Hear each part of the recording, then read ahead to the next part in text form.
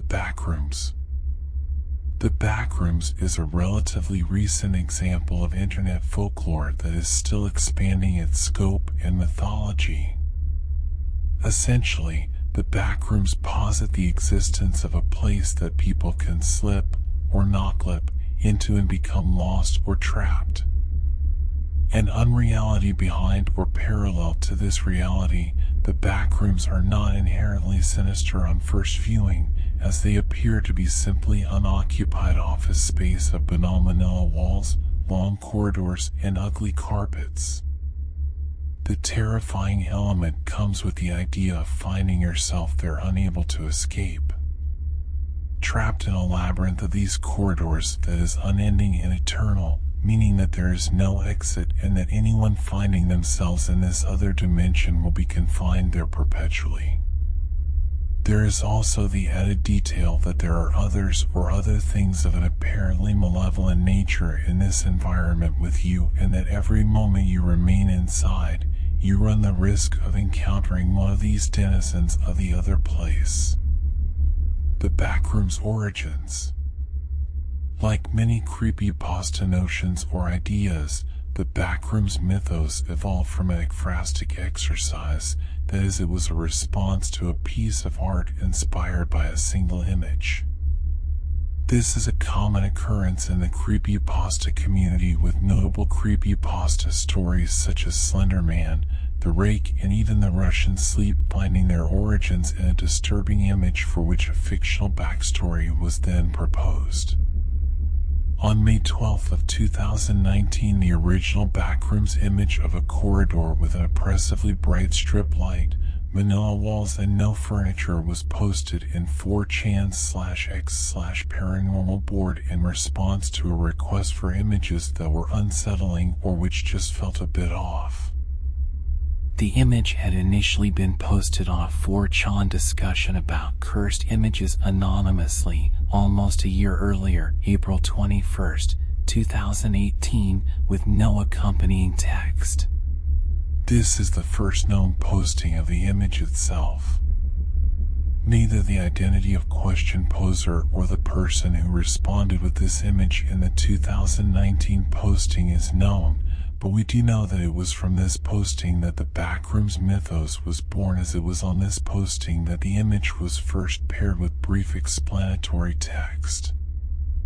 The text, which read, "If you're not careful and you not slip out of reality in the wrong areas, you'll end up in the Backrooms, where it's nothing but the stink of old moist carpet, the madness of mono yellow, the endless background noise of fluorescent lights at maximum hum buzz, and approximately 600 million square miles of randomly segmented empty rooms to be trapped in.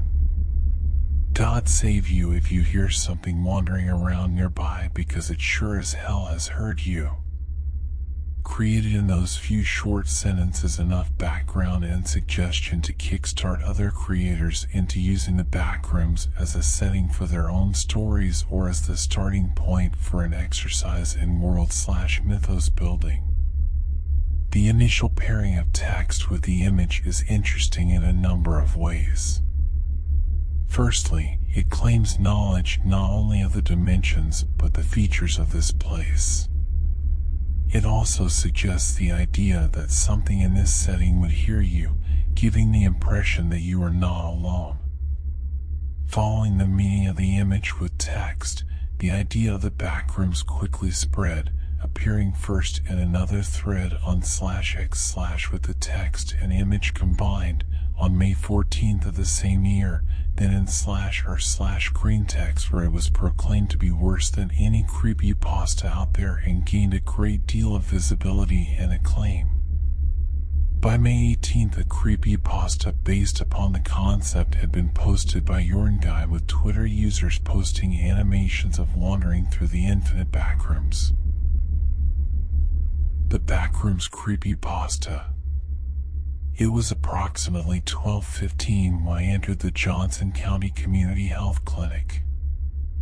I was there for an appointment I had set up weeks ago, just a routine checkup. It wasn't a new place for me. I had been there a couple of times before.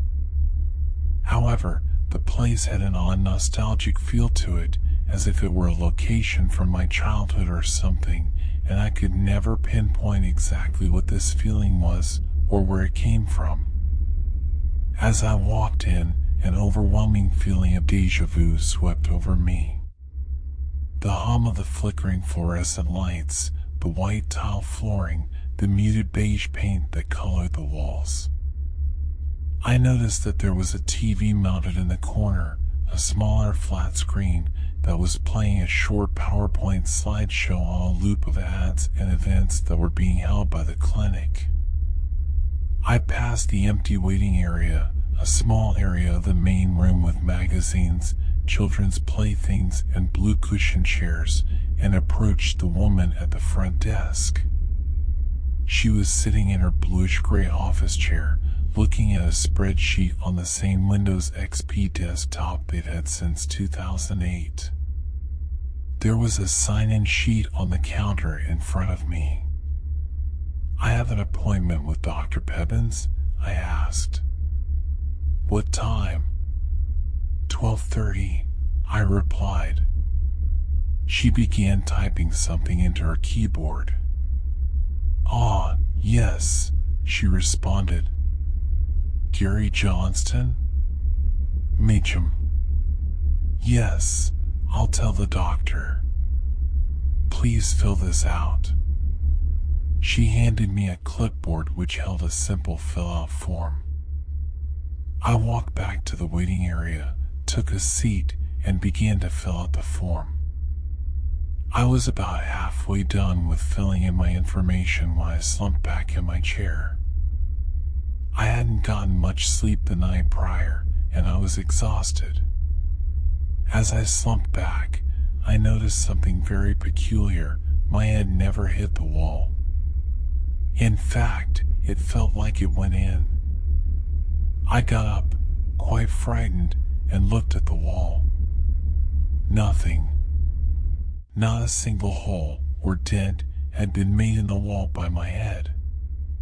So, I reached to touch the wall, and my fingers went through it. I recoiled in shock. What the hell was that? I thought as I reached to touch the wall again, only to find my fingers clipped through once more.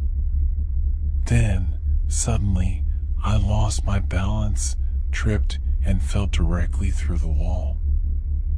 I fell face first onto some dirty tan carpeting.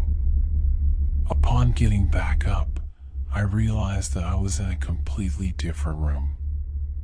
Well, not really a room, per se, more so a set of rooms, all of which connected by openings. The walls were covered in gross tan pattern wallpaper. There was also an overwhelming stench of moist carpet. I turned back around and tried to put my hand back through the wall, and it wouldn't go through. "Okay, what the fuck?"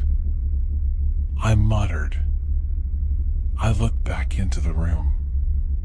There were no windows, no doors, nothing on the walls, other than that disgusting wallpaper. Of course, it was completely empty, aside from a singular plastic blue school chair. At this point, the only thing going through my mind was fear, and the repeating thought of "I need to leave" on loop in my head. I started running through the rooms, desperately trying to find an exit, but to no avail. There was no exit. Was this my permanent location until I died? No, there had to be a way out.